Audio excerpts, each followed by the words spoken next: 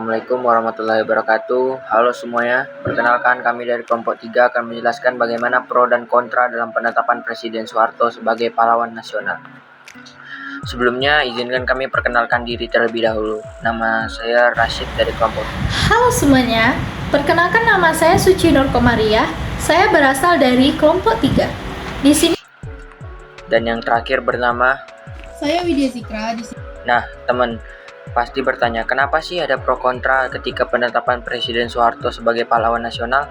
Maka dari itu kami akan menjelaskan hal tersebut. Namun sebelum itu, teman-teman harus tahu dulu alasan kenapa kita harus membahas pro dan kontra dan kenapa bisa terjadi pro dan kontra atas penetapan tersebut.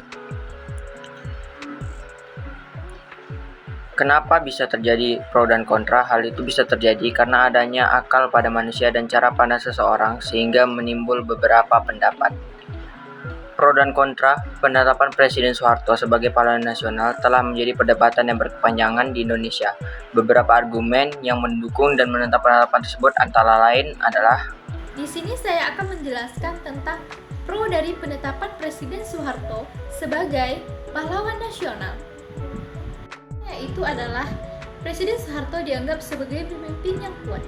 Soeharto dianggap sebagai pemimpin yang kuat dan berhasil menjaga stabilitas politik dan ekonomi Indonesia selama masa kepemimpinannya.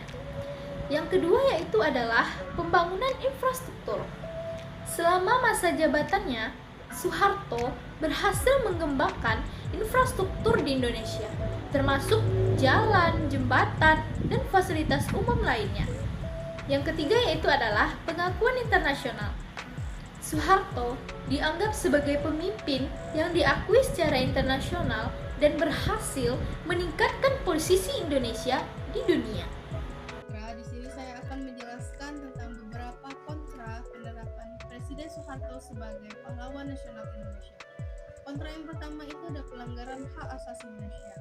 Jadi, selama masa pemerintahannya, Presiden Soeharto itu pernah melakukan pelanggaran hak asasi manusia. Salah satu contohnya itu terdapat di dalam kasus pembantaian di Timur dan Papua.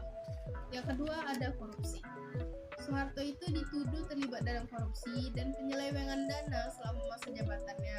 Salah satunya itu penyelewengan dana Yayasan Supersumar. Yang ketiga, kebijakan ekonomi. Jadi beberapa pihak itu berpendapat bahwa kebijakan ekonomi Soeharto menyebabkan ketimpangan sosial dan kemiskinan yang tinggi di Indonesia. Jadi, pertimbangan-pertimbangan ini telah menyebabkan perdebatan yang berkepanjangan mengenai apakah Soeharto layak diberikan gelar pahlawan nasional atau enggak. Hingga saat ini belum ada keputusan resmi mengenai penetapan tersebut. Sekian, terima kasih.